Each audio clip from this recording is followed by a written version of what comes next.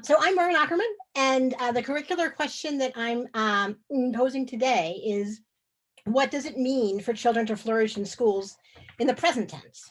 So it might seem odd, but this question is seldom discussed in curriculum development.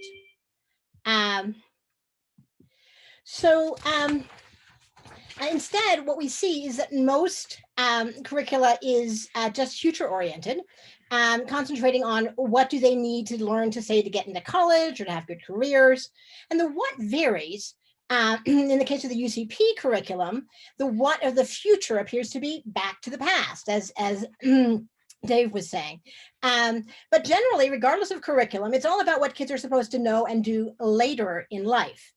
So this future orientation should, of course, be one part of curriculum planning, but something else is equally important, I believe. And that is the present experiences and perspectives of children. So I've had a kid who had to be dragged to school and one who couldn't wait to get there. That's the same kid. That was just different points in her school career. Now, some will say that the curriculum is just the what and not the how. And that's absolutely true because pedagogy makes a huge difference. So curriculum will be experienced differently in the different classrooms, but curriculum sets the stage for pedagogy in important ways. So I'm going to highlight two areas that figure pretty strongly in children's present tense experience of school and that therefore belong in curriculum development. The first of those is a relationship. So children thrive when they have a sense of connection with teachers and peers. So what does research say matters for building strong relationships, and what can a curriculum do to make that possible? So first, research suggests that relationships thrive when teachers listen deeply to students and really hear what they have to say. A curriculum needs to leave time for that. Secondly, relationships thrive when children's individuality is honored.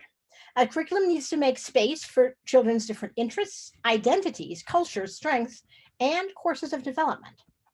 Third, children need to be supported socially and emotionally.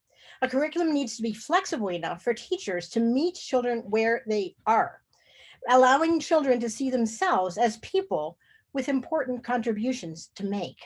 And finally, students need classroom communication that is equitable, kind, and respectful. This requires a curriculum that honors the existing competence of children and allows teachers to get to know it. The second area I'll talk about is engagement. And that's also equally important for student flourishing. Children should feel joy, challenge, and a deep commitment to what they're learning. And some researchers have called this a sense of flow.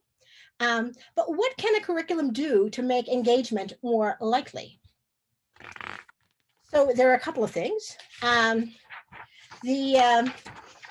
First is that it is much easier when curriculum focuses on high interest material, which usually requires more thinking and focuses less on rote memorization. It's typically material that's challenging, but not overwhelming.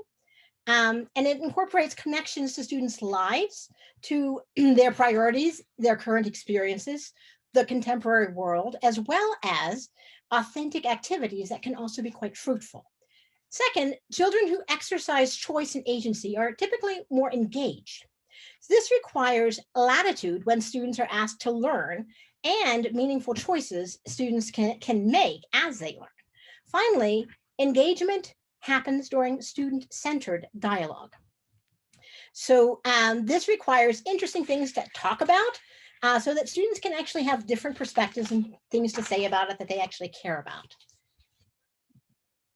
So in closing, I want to emphasize that research indicates that kids also do better on long-term achievement goals when schools support their day-to-day flourishing in these ways. So we're not actually losing out on the long term by focusing on these things, but schools are missing out on so much when curriculum does not attend to children's flourishing in the present tense. So as educators, let's never stop asking the curricular question, what do students need in order to flourish in the present tense? And let's hold a new curriculum that's developed up to that standard.